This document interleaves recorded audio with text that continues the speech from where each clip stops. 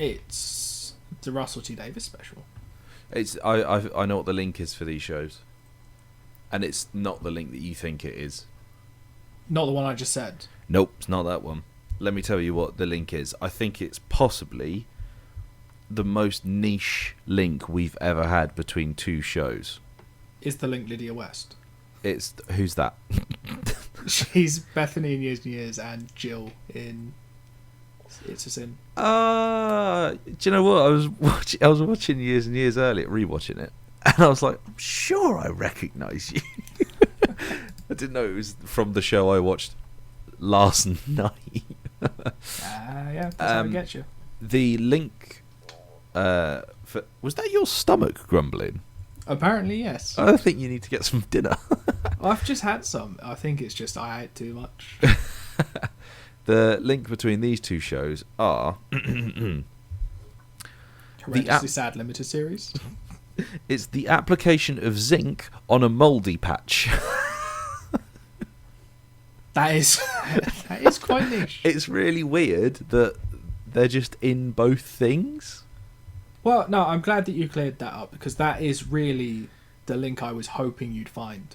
Yeah, like when you think of Years and Years and It's a Sin, first thing you think of, the Zinc Show. Yeah. Well, it's really that's all I think of when I see Russell T Davies. I'm just like, that's that guy who loves the zinc. Yeah, I wonder if it's like his little thing that he just puts into things. He's just like, wonder if anyone will notice. And how much zinc they got through in Doctor Who? Well, guess what, Russ? We noticed. Yeah, nothing gets past our eagle eyes, unless it's recognising actors who appear in both shows. Yeah, that's the thing. I assumed that you would have noticed that. Well, you assumed wrong. You should never assume anything with me. I know, and wow, yeah, I just don't know. I don't know how you didn't spot that. It's actually embarrassing. Well, the thing is, I was watching it. I was like, I definitely know you from somewhere. I was like, I've definitely watched you and enjoyed you before. I didn't know it was literally 12 hours previous. Yeah, I mean, your memory is not. Yeah, it's best. not good, to be fair. So, but no, I'm glad that we've got all the takeaways out of these. So, what's next week? Oh yeah, we are doing these shows because we realise that one of the shows isn't out yet that we're doing. Yeah, I think it actually comes out in a couple of days. So. Yeah, so that was well timed. Which one are we going to go with first? You pick. I love both of these shows. Okay. Well, I mean, it's probably no surprise that we've discussed Russell T Davies on here before, haven't we? But possibly briefly when we did Doctor Who. I was thinking more when we did what was the Manchester show? Queer as Folk. And also we did Cucumber and Banana, didn't we? Yeah. Yeah, he's just a master at it, isn't he? He just knows what he's doing. So let's start with It's a Sin. Yeah. Because that's in the order it's not in the order in which I watched them because I watched Years and Years as it was coming out. It's the order in which I watched them because I watched It's a Sin last year and was scarred. Yeah. Okay, so it tells the story of 5 friends who come together in London, and it's all set during the 80s. I think each episode it jumps forward like 2 years. Is that right? I think so. I think time's quite fluid throughout it because I think even in the first like half an hour of the first episode, they do like 3 or 4 months of just like start of uni to September. Yeah. Oh, there you go. So it's set between 1981 and 1991. Yeah. And yeah, it's because the trouble is because going into this, I knew what this show I knew what the show was about. I just had this real sense of dread the entire time I was watching it. I was just looking at everybody in the club just being like, I wonder how many of you I'm going to have to watch die while watching this show. And it just made me really sad. Yeah, that's the thing. I think I waited for the whole thing to come out so I could just have one sort of like very sad evening where I sort of went, yeah, and I don't want to say got it out of the way because that's very dismissive and not how I view it at all. But I wanted to get it all done at once, so I could then just afterwards just be like, Jesus Christ, I'm sad. Yeah. Just like ripping off the Band-Aid, I suppose. Just watch it as fast as possible because you know it's just going to be awful. So, just a weird thing before we get into each of the characters, I guess. Ollie Alexander, older than me. He's also the singer from the band Years and Years, which you didn't know. Yeah, which made search, like, I was getting the pages of, and it made it very confusing because I didn't know Years and Years was a band. Yeah, no, they are. Let me tell you, what a live show they put on. We saw them at Radio 1's Big Weekend in Swansea. They were the highlight of the whole show. They were fucking brilliant. But yeah, it's funny that the show previous that Russell T Davies made was Years and Years. So, well, I mean, that was funny. If you want to, we'll just keep adding tenuous links between the two shows. Might be the most perfect of pairings. I'm up for that. Okay, so we start on the Isle of Wight. Do we? Yeah. That is the first bit, isn't it? And it's Ollie Alexander's character, whose name is Richie Tozer, which, I mean, that's Richie's name in It. It really spun me out. It was just like, oh, Richie. Well, I suppose he's Richie Tozier, but it's like, that's really quite close. But yeah, we start on the Isle of Wight with Richie going off to... It's law that he's going off to study, isn't it? Yeah.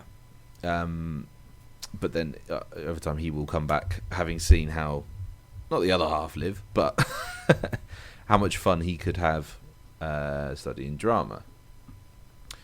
At the same time, we got Roscoe, Roscoe's the builder, isn't he? Yeah.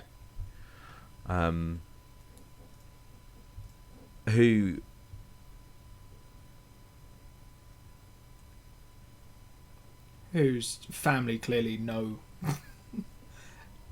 and are... I've realised then that I was that was the sound of me trying to remember. Yeah. So me trying to think what happened, but that's right. So he's the one whose family is convinced that he is, I guess, possessed or evil or ill. Yeah. And they're going to send him back to it's Nigeria. Nigeria that they're going to send him back to? Yeah, I think that's... Yeah, I mean, it doesn't really come up again, so it's... Because obviously he just leaves. In slightly dramatic fashion. I know, but Jesus Christ, I was right behind him with that one. I was like, that was fucking cool. Yeah. And what I like is that it's only his parents who are visibly upset. Like, everyone else is just like, this is fucking hilarious. Well, he's got that auntie who's just going absolutely crackers for it. And I was like, yeah, fair play. Who else do we meet? I can't remember the other characters' names. Colin, the tailor. Colin is the tailor who works with Neil Patrick Harris. Yeah, who, despite me having already seen this, I forgot was in this show. It put the camera pulls out. I was like, oh, it's fucking Neil Patrick Harris again. It does really make him playing Barney so odd, doesn't it? Yeah, it's weird because whenever you see him in other things, everything else that he's done makes Barney look like an anomaly in like his career. Yeah. Do you know? Yeah, I think I'm right in saying I still have only ever seen him in a suit. Because he's a tailor, and I suppose. Have you not seen him in Harold and Kumar? I thought you were about to say, have you not seen him dead in the hospital bed? Yeah, I mean, also that. But weirdly, the cameo he does in Harold and Kumar is probably the closest to Barney of all of the stuff I've seen him in. But it's like a if child actor gone wrong sort of cameo. Oh, okay, fair enough. Who else do we meet? I think. Oh, you meet. Oh, there's Jill as Ashley well. So Jill Jill. is Jill's his mate that he makes at uni. Who's Ash? I can't remember which one Ash is. He's the pretty one that Richie's actually looking at when he meets Jill. Oh yeah. The dude with the long hair. Yeah. Yeah. So then they all move in together and have parties and stuff, and it's wicked. It's a lovely, lovely, smashing fun time, but there are little mentions sort of in the background of this mystery virus or illness which is killing people. First one that I think you hear is when Richie's looking into the drama class. You can hear people behind him talking about it.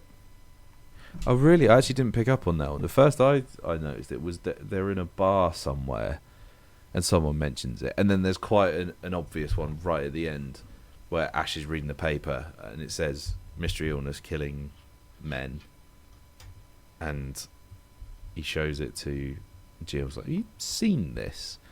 And he just it's oh god, it's just so sad. Yeah, that's the thing. It really is. And here's the other thing. So this is where I struggle with It's a Sin, is because they covered it on Gogglebox at the time that it was out, and I know how it ends. Yeah. So I know like the scene between it's Richie's mum, who is, what's her name, Keely Hawes. Yeah. Between her and Jill, like when they're having the chat right at the end. I was like, oh no, I just like, because if that's how it ends, there's nothing good that, well, it's not nothing, but there's not a lot of like relief, if you know what I mean. But saying that, there are really funny moments in it, and there are moments of real just loveliness and humour, but at the same time you're just terrified the entire time that any of them could die at any second.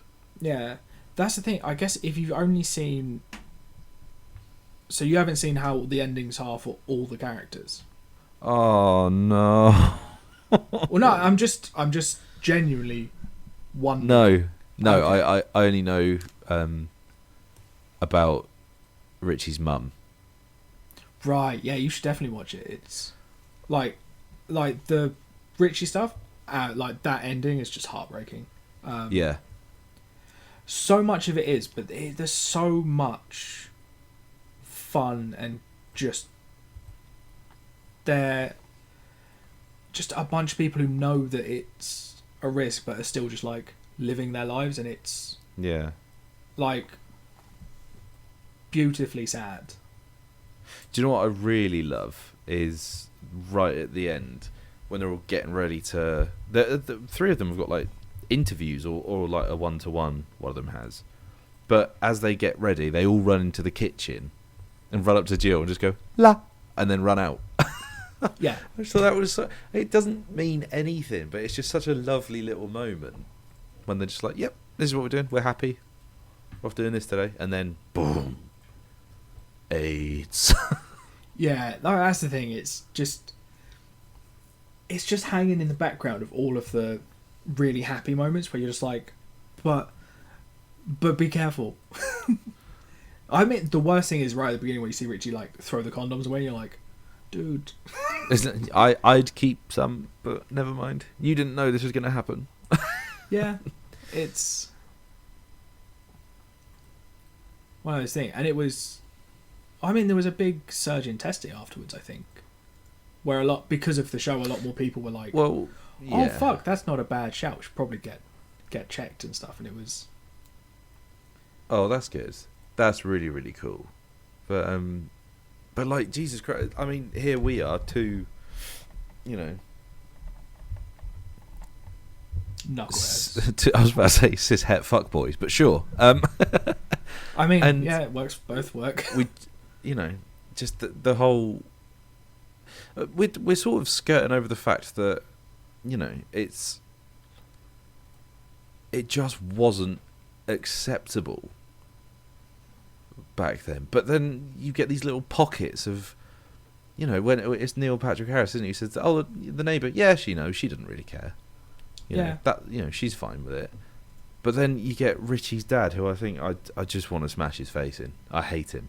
Oh, like the way he talks to Jill when he goes home for Christmas and changes his drum. It's just like, it's your fault. You opened your legs, and it's just like, 1, what the fuck? 2, what the fuck? And 3, you called it her sweetness. Yeah, I know. That's the bit that really sticks in my head. That's gross. I hope you go in the head shed and hang yourself.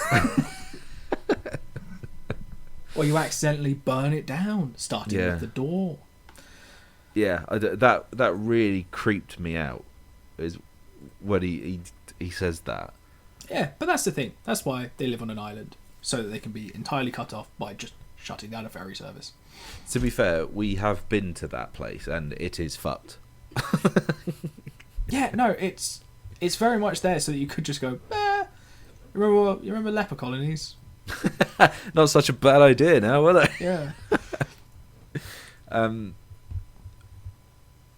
Or you can go there and have your car catch fire. That's fine too, which is what happened to us. Yeah, well, you know, each to their own, I guess. But yeah, no, it is weird seeing like the mix of like attitudes that there are, and it's weird. It's almost the same as now, where you're almost younger people's attitudes are very much more like, fuck it, fuck you will be fine. Yeah, but another part that really did creep me out was when Colin is being held back by his boss, and then the boss is and then Henry, so Neil Patrick Harris, comes back in. He said, "I was teaching him cleanliness," and I was like, "Oh, that's disgusting." But Henry sort of doesn't really do much about it. He's just like, "Yeah, of course you were." Yeah. And then befriends him. But I get it's that sort of like position of power sort of thing, isn't it? Where the abuse of power. If he starts saying like, "Oh, I think he might be a wrong one," they'll just go, "You're fired." But that was a weird one. It's also such a weird thing to get gratification from. I don't really get it. Yeah, it's very creepy. Yeah, but also I have to scroll down to the awards section of the wiki page. And it's ridiculous. I was just coming to this. I don't think there's a bad performance in it at all. I mean, like occasionally, Neil Patrick Harris's accent goes a little bit too RP, but you know, I think you can forgive him that because he's an American. Well, yeah, the scene where he says, you know, "Oh, I felt he's gone back to it's Juan, isn't it? Is it Juan? What's his partner's name? It was Juan something. I think so. Was it Juan Carlos? I can't remember. But when he says, you know, "I can't phone Portugal from here," and he's just completely on his. That's what really is horrible, isn't it? Is the stark sort of isolation that he has, and the fact that when Colin goes to see him, they put a mask and coveralls on him. Yeah, and I was like, "Jesus Christ, what have you got that I've got to wear this?" And he's like, "It's not for, it's for me. It's not for you. It's to protect me." It's just, oh God, yeah, that was minging. But I suppose it has to be. It has to be minging because it's minging. Yeah, I mean, what I think it does really well is it doesn't shy away from the topic like we're trying to do. Like it very much just goes like, this is what it was like. It might be a bit more exaggerated, but I think I can imagine like this new sort of virus just sort of like emerging and only affecting like initially this subset of society is going to be like so confusing, especially for like doctors and nurses who are just like, we don't know what to do. Yeah. But and you know, you don't even have you don't have the internet or anything to, you know, speed up, to expedite like the research and sharing information about it with other you know, medical bodies and that sort of thing. So just sort of going in completely blind, weren't they? But just, oh my god. Yeah. I mean, how you can ever cope without being able to Google your own symptoms and finding out what form of cancer you've probably got. What form of death you've been prescribed for that day. Oh no, it's always cancer. Oh my god. BBC One and ITV passed on the series, and Channel 4 only took it on after their commissioning editor of drama fought for it, and the series was shortened from a planned 8 episodes to 5. I think the length is perfect. I think 8 might have been a bit... Stretching it a bit too thin. No, I mean, there's definitely... The storylines are there, like, to be told. But I think they might have needed more characters. I think if you diluted the core characters into more, slightly less... like, if you added more characters to it, I think it would lose something. I suppose because it's such a tight-knit group, that makes it, you care that much more when you like, everybody in that small number. And because I think what it does is it doesn't make almost in the same way that, like, if you're going into a new, like, team at work, you're always like, oh shit, it's good that it's small because then you can get in and get involved quickly.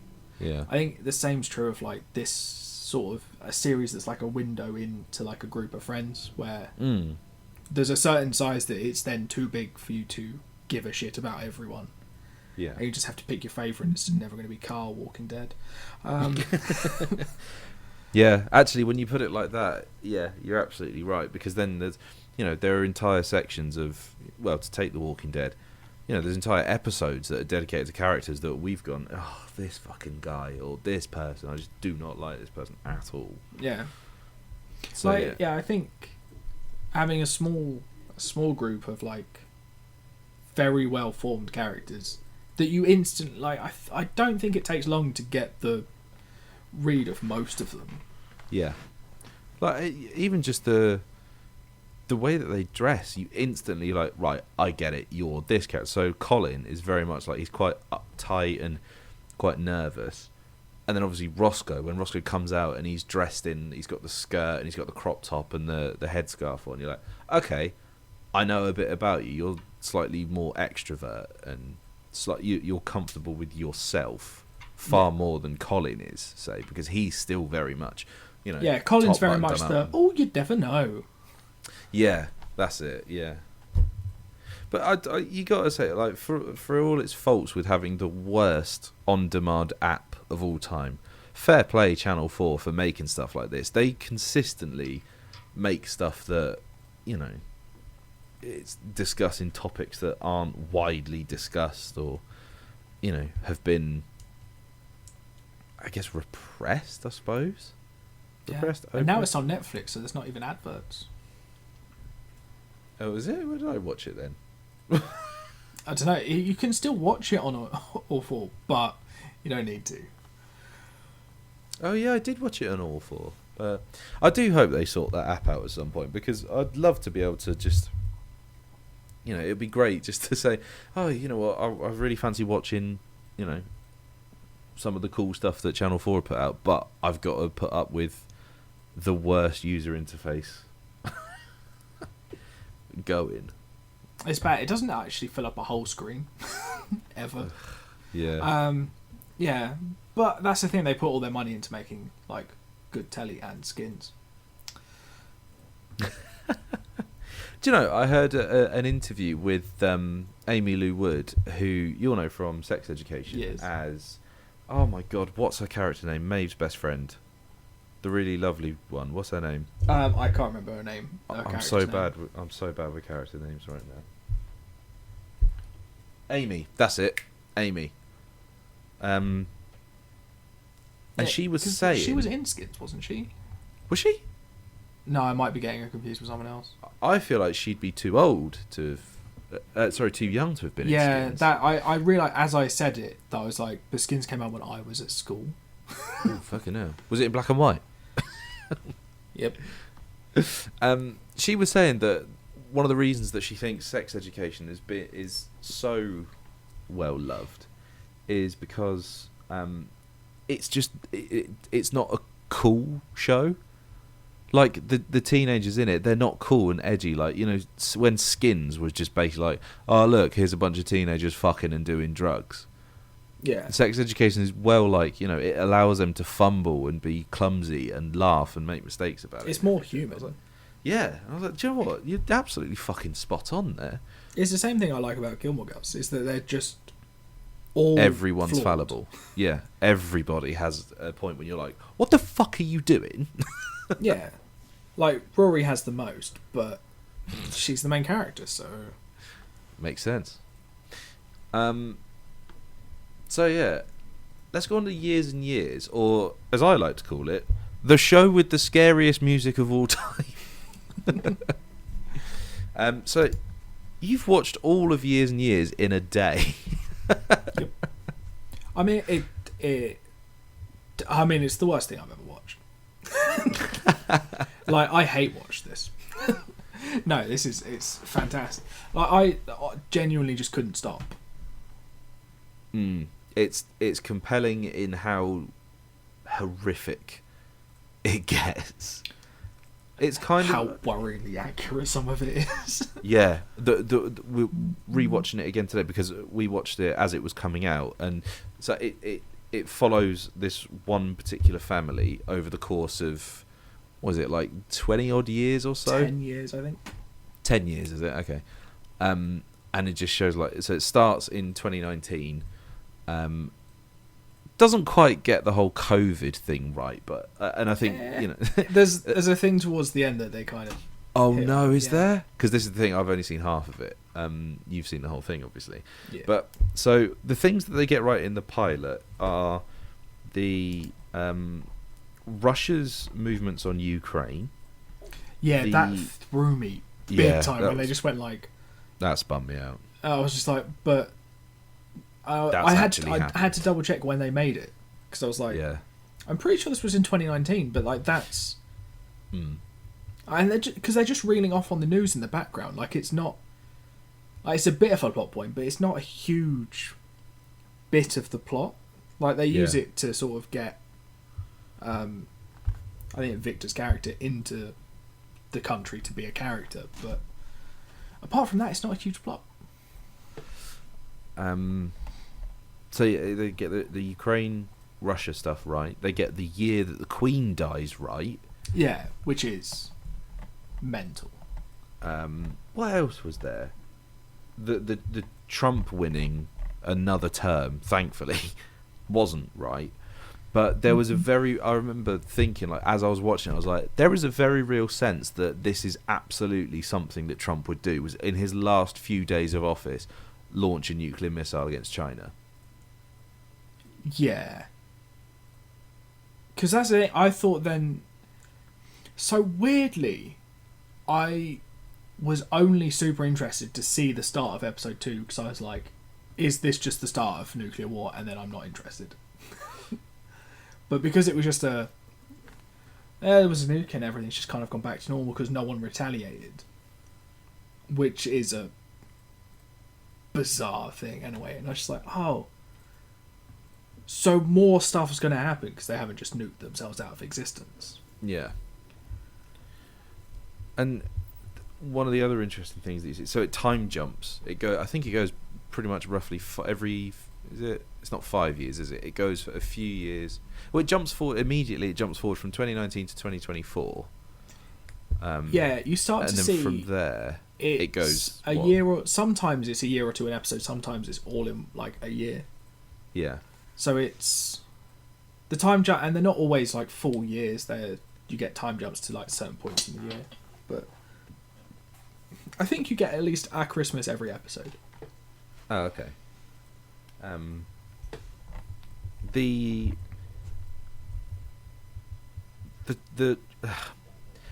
But what's the other half of this equation? I've been trying to work out what this is. What the other half of this sort of sum is that Years and Years is Black Mirror plus what's the other half of that equation? Because there's in each, I think this carries on. In each episode, there's weird little technological advancements that just are super bizarre. So there's a character who wants to be downloaded. Celeste. Oh no, not Celeste. Lydia. No, Lydia West as Bethany. Yes, that's it. There we go. She has a filter, she wears. It's a physical headband which puts like an Instagram style filter over her real face, and it later transpires that her parents figure out by spying on her that she's been Googling, trans rights and how to be trans. Do you know if you're trans? All that sort of thing. So it's in quite what I thought was quite a lovely and touching scene when they're like, okay, well, there's no problem with that at all. If it turns out that instead of a daughter we have a lovely son, then we'll get things wrong, I'm sure, but it doesn't bother us. And then that lovely scene goes out the window when they find out she wants to be a computer. And I just don't, because as I was watching it, I was like, I just don't know how you would react to that, because in the same way that like a generation or two previous to us, they'd have reacted to someone being trans. But being transgender, at least you're remaining human. And then, but then I was second guessing myself, and I was like, am I being one of them? Yeah, am I being one of them saying, you can't be doing that? I was like, well, why not? And I was like, oh no, I don't know what I think now. Oh no, I'm gonna be my granddad. Oh, that's gonna be me going out to the shed for a cigarette, isn't it? Yeah. Worried about someone's sweetness. Oh God. Oh, it's so vile, isn't it? I know, it's the wording of it as well. It's just like, yeah, but other things that Years and Years gets right. The US overturning Roe v. Wade. See, I didn't get. When we watched it, we didn't get to it, but that's the thing. So this that's fun. In Years and Years, it happens in like 2026. I was just like, oh, you motherfuckers got that wrong. Sped that one up, didn't they? Jesus Christ. Yeah, but it was. They also repealed something else that America haven't repealed yet. So. Oh no. And they're about to have an election. Yeah. Donald Trump's wetting himself. Weirdly, they got the rise of deepfakes right, as well. Oh really? Yeah. I don't think I saw that part. Again, I imagine that if I didn't see it, then that means they probably got the year slightly wrong, and it's happened a bit sooner. Yeah, well, so this is in it was 2019 or something. There, you started to see deepfakes spinning around in America. But they also got like the financial and energy crises and stuff, sort of, right? But years too late. Do you not think that's really worrying that they've just got written that, right, so these are the worst things we can imagine happening, and then they've all come to pass pretty much? Yeah. I mean, weirdly, they got like... so Russell T Davies posted on Instagram. It must have been quite... I can narrow it down to like there's a 45-day window that I think this could have happened in, where he's posted a picture of Liz Truss and Emma Thompson's character, Vivian Rook. And he's just like, this is getting weird. Because it's just a picture and they're wearing, like, basically the same clothes. Oh, God. Oh, God. But then did he do that? Because perhaps she saw it. She saw Vivian Rook being a successful politician. And she thought, I know, I'm doing that. Yeah, but we like Emma Thompson. Yeah, I know. As we were watching it, Lisa was going, oh, if she stood, I'd vote for her. Not Vivian Rook. Emma Thompson. Sorry. I was going to say, yeah. I'll just point that out. Vivian Rook, quite right wing. Yeah, no, she meant Emma Thompson, not Vivian Rook. Like, yeah. Yeah, and they got a couple other things right, but I don't want to spoil the last 3 episodes for you. Yeah, but yeah, there's a lot of things they get quite right, and it's like, oh fucking hell. I am gonna have to finish it off now, I think. Because, I mean, the main one that I think sort of spoiled for you in saying that they kind of get a pandemic-y thing right. Oh God! Oh no! Maybe. Oh. But they're just a decade out. Oh Jesus Christ! But yeah, no, I'm gonna have to finish it because, like, well, I mean, I remember watching it at the time and going into work and saying like, "God, you have to watch this. It's insanely good." it'll be weird. Maybe it's weird watching it now and just being like, all of this stuff has happened. But could you imagine if you'd watched this before all this shit happened, just going like, "Oh no, it's happening." When am I going to be downloaded? The thing is now I'm just thinking, could have put some money on that. Yeah, like that's the thing. Like, either Russell T Davies is actually a time traveller and Doctor Who is a true story. Maybe that's why it's so good when he's writing it. It's because it just fucking happened. But that's the thing. I don't remember. It's kind of weird watching this because Russell T Davies isn't the sort of like he wouldn't be my. I guess for like this weird dystopian thing, I would be like, "Oh, we got Black Mirror. We don't need another one." It is kind of like it's Diet Black Mirror. It's quite isn't it? it's distinct though because I think it's telling one continuous story through multiple episodes rather than Black Mirror's like, look how bad this one technology is in the future. Yeah. This is like the evolution of how technology starts to get bad. Although actually the technology doesn't seem to be the problem. Apart from that, it's just clearly making people stupider. Apart from the nuclear bomb, that part of technology, that's quite bad. Yeah, but we developed that like 80 years ago. Yeah. We've just made it terrifying, better. isn't it? And by better, I mean much worse. I mean, we've got Chris Nolan's new film coming out. I think is it next year, where it's all about Oppenheimer. So that'll be a cheery watch, I imagine. Yeah. I wonder if it'll be happier or sadder than It's a Sin. I don't know. Somehow, like, maybe less sad than It's a Sin. Yeah, oddly, because you know where it ends, and you go, that's a staggering amount of people to die, but they're not. As sad as like It's a Sin gives you like, look at these characters living their lives, and then I killed them. There is, to be fair, I think It's a Sin probably would be sadder because, or Years and Years, I can't remember which one it was. You said was it Years? It's a Sin. You said It's a Sin. Yeah, I think Years and Years has its like sad moments, but overall it's just quite like a. How did you get so much right? I think it has more holy shit moments, definitely. But definitely. I think probably It's a Sin would be sadder than Oppenheimer, which sounds odd, because there's a coldness to Chris Nolan films that there's a real warmth to the characters that Russell T Davies makes. I mean, if you think of Chris Nolan, there's not many sort of really touching moments that he does, and if he does, they're sort of thumbnail sketch characters anyway. So the one that sticks in my mind is when DiCaprio and what's her name? I can't remember the actor's name, but when they put their heads on the train tracks, and it turns out they're the old couple. Yeah. Do you know what I mean? I'm not. I don't remember Inception well enough because it's been so long since I've seen it.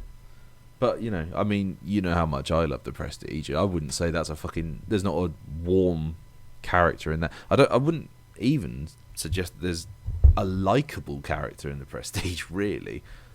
No, it is very much driven by a want for success, The Prestige. Mm. And I want to be the best, which doesn't always lead to like warm, fuzzy feelings. No. I don't know, it's quite touching the way that Batman flies off into the sundress to drop a nuke into the ocean. I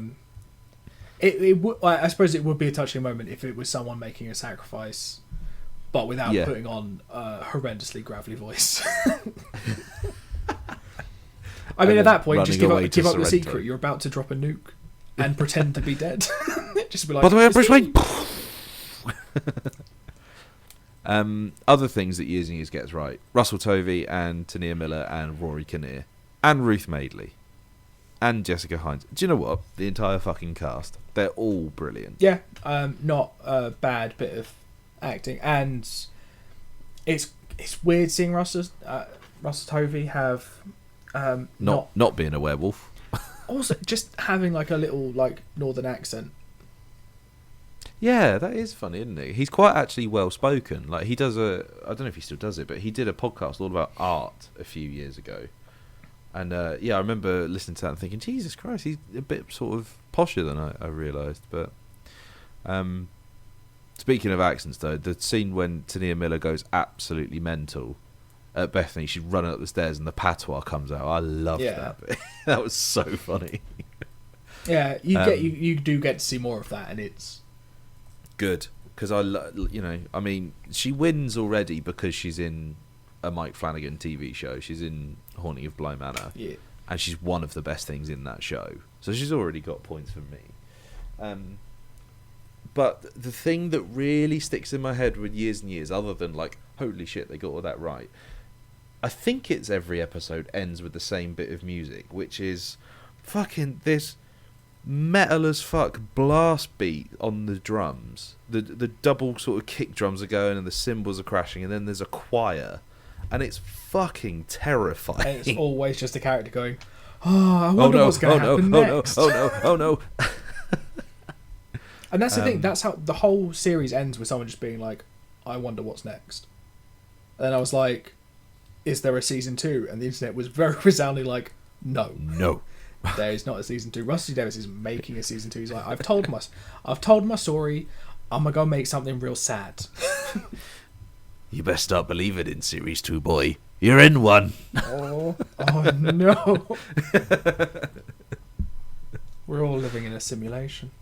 So yeah, I mean, so you can't watch more of Years and Years. I've watched them both. They're both you've done it. Brilliant shows that I would totally recommend binge watching. Do not give yourself a chance to back out. I wonder if Jack's watched it. Maybe we can sit him down in front of It's a Sin and then follow it up with a nice palate cleanser of Years and Years this coming weekend. Oh, I couldn't do that to a person. Yeah, I could. Do it to me. I haven't made you watch all of them. We've just sort of agreed we'll watch the first ones, and I've gone, well, I've already seen one, so I'll watch all of the other. Yeah, no, I just echo it. Years and Years is one of the most incredible things that I've seen half of, and It's a Sin was a really good pilot as well. So it just, I'm terrified to see where they both go, but I think I'm gonna have to go back to it. I guess he's now going back to Doctor Who, isn't he? Yeah. And that's the thing. Every time I see him make something, I'm like, oh fuck yeah. And seeing him go back to Doctor Who is going to be really good. And new Doctor. Well, it's not a new Doctor though, is it? Well, very much an old Doctor. For now, but there is a Doctor 15 on the cards already. Wait, hang on. 15? Yeah. Which one are they on now? So, Whittaker was 13. Yeah. Or 14. Tennant is 10 and 15 now. Or... No, 14. Tennant's next, but then they've still got... And Ncuti Gatwa. Yeah, on the cards to be... So I think Tennant's only coming back to do like a special, and then he'll regenerate. The thing is, right, I think I spoke to you about this, is that I saw a bunch of stuff on TikTok with David Tennant running around on set as Doctor Who. Yep. And I was like, didn't everybody know that was going to happen? Well, I think... Because everyone seemed really surprised that he was back. Everyone knew he was going to be in the special. But I don't think they realised that Jodie Whittaker was going to regenerate into yeah. Okay, fair. Because the last time they did a special, they just had Matt Smith's Doctor basically like run into him and be like, "Oh my god, it's you." But yeah, it's all good. Maybe at some point we should just do some of the Doctor Who specials as like a one-off. Yeah, it could be a lot. Do you know? I do sometimes think, I really wish, I wish there weren't so many episodes of Doctor Who for me to go back and catch up on, because I'd quite like to know, like, to keep sort of an ear to the ground insofar as what's happening with it. But there's just too much stuff now. There's just too much telly. Yeah. I mean, there's plenty of time to get through most of it. Okay, what are we doing next week? It's the final traditional show of season 7. Oh no, the top 5's a traditional one. We just did, we did an extra episode last year, so yeah. Okay, well, traditionally in the sense of we're talking about two shows. So we've got, this is the one that isn't out yet, 1899, which is, I think I've told you this, haven't I? It's brought to you by the makers of. Do you remember? No, it's the way you said it didn't make it sound like a question. Okay. It just sounds like you went. Yeah, so it's made by the same team who made Dark, which, I mean, you'll remember, we really bloody loved. Yeah. And then we're doing Archive 81, which I believe two of my favourite filmmakers have something to do with it. Benson and Moorhead. I'm just seeing, because it's either their entire thing or they've done a couple of episodes in it. Yeah, there you go. So yeah, so they directed 2 episodes of. Is one of them the first 81. I don't actually know. No. So they do episodes 3 and 4. But maybe that. Okay, I think I've got a plan for for this weekend of films to show you. Nice. Here you go. Here's something. There's a future for us yet, Rich. The series Archive 81 is based on the podcast of the same name. We're going to telly, baby. Coming to a Channel 4 app near you. It'd just be basic. It'd just be Gogglebox. Yeah, of us just swearing at each other. Well, if you weren't such a cunt. There is that. Fuck you.